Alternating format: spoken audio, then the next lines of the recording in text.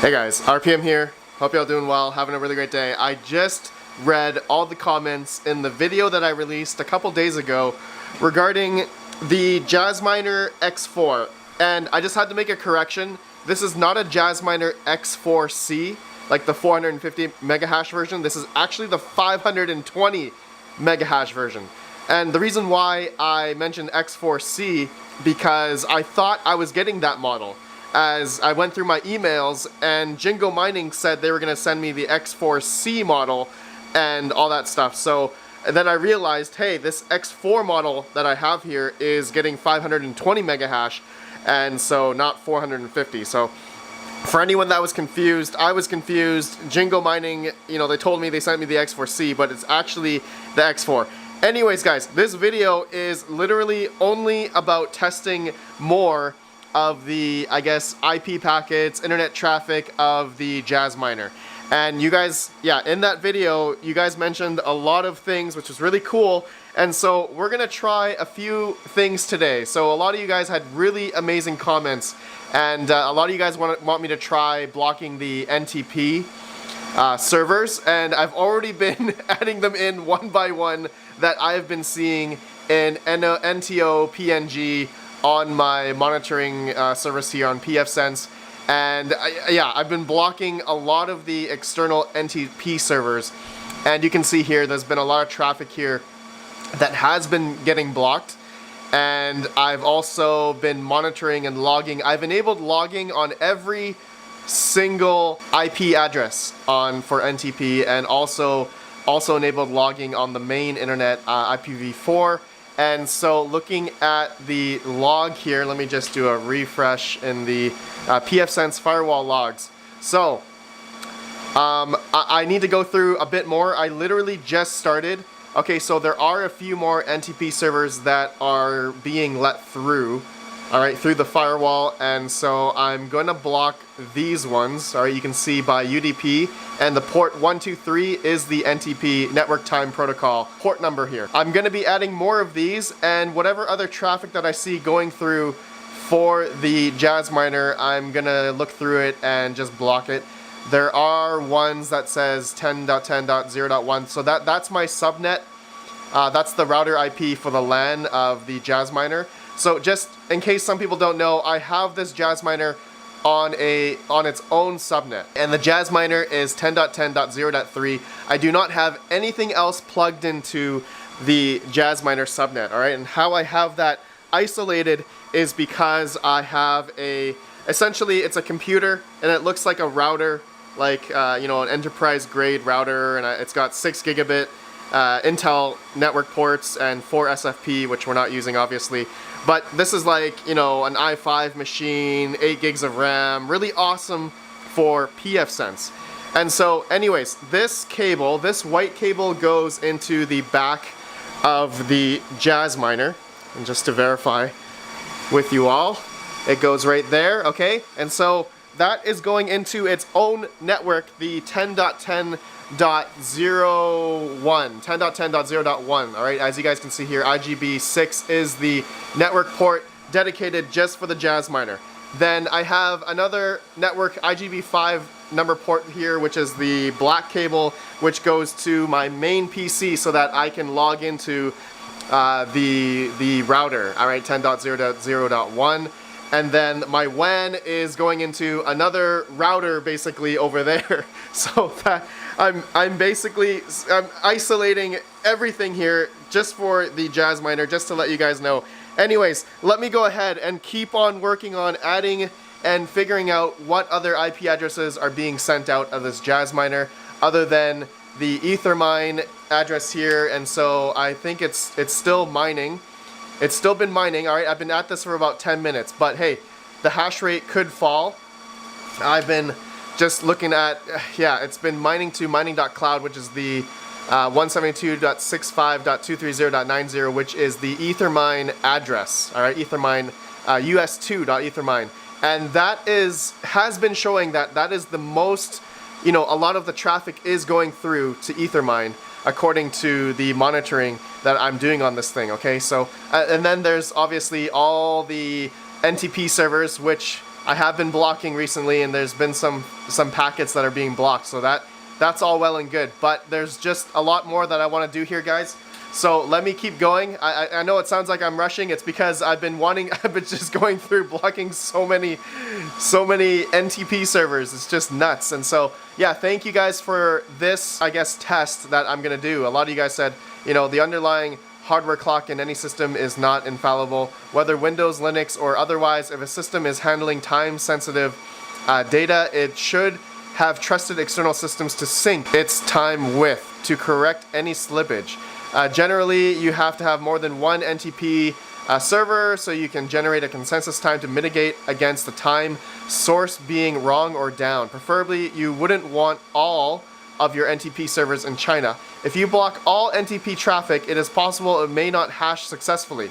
Being a custom piece of hardware, it may not have a way to keep its time off. NTP is not a sophisticated protocol. You could probably redirect to a more trusted NTP server. So I don't want to redirect anything. I'm literally just going to block anything that comes out of this thing and what is showing off pfSense. Alright, so, but thank you guys for the amazing comments, and a lot of you guys wanted me to do more tests here, and yes, I'm going to do that.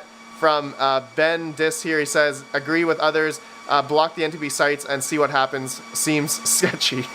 To be honest, I think this is still legit. Like, this JASMINER X4 is legitimate. It is sending packets to Ethermine. But you know what? I'm gonna keep going at this, guys. I will let you know in a sec, so I'll be right back.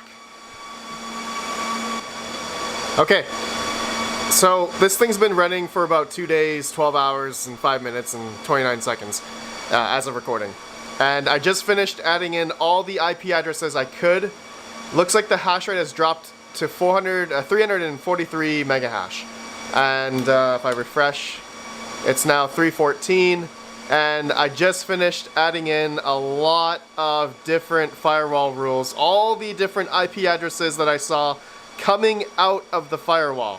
Alright, this is all like NTP and whatever else I saw in there. I just blocked the IP. You guys can see here, there's been a few different packets that have been going to these IPs, and they've been blocked, okay? And yeah, and I've added some more firewall rules on when and blocking just everything. You guys can see the action here has been blocked, okay? And the check signs are all of the Ethermine going from the JASMINER to the DNS.53, which is the, if we looked at the active flows right now, according to my monitoring, the only thing that is communicating is to 172.65.230.90, which is us2.ethermine.org. Alright, and these other ones here you're looking at is UDP unknown. That's the subnet. It's probably just broadcasting, so that's nothing. And then the ICMP to 10.10.0.1 to 10.10.0.3, which is the JASMINER.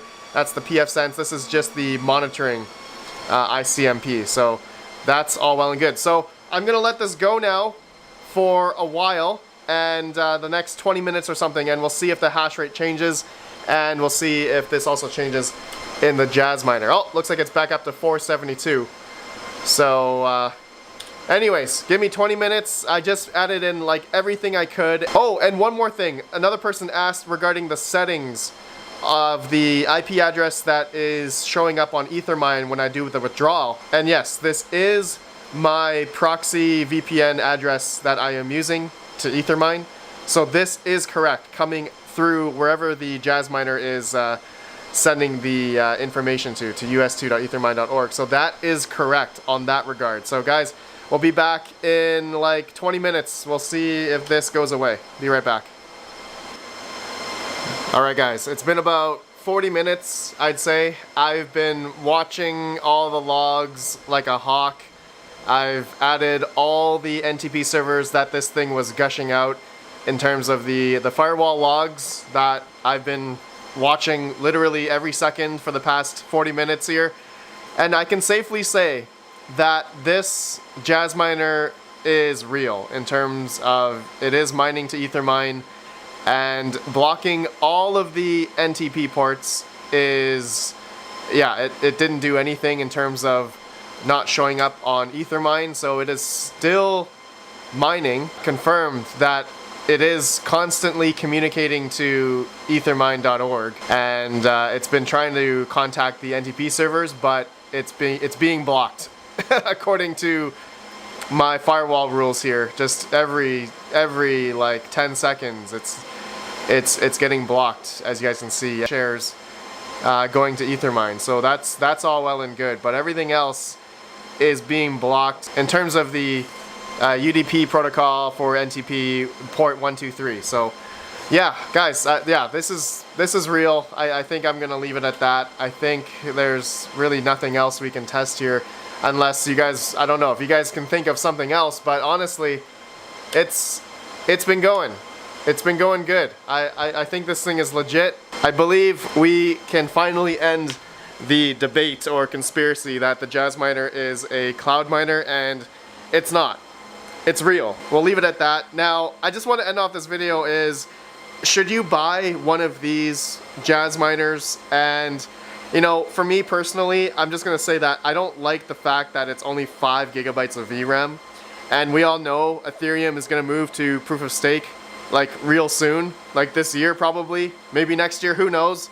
But it sounds like this year is most likely coming. But the 5 gigabyte Ethereum DAG size is gonna come up in, I think, July or August of this year anyway.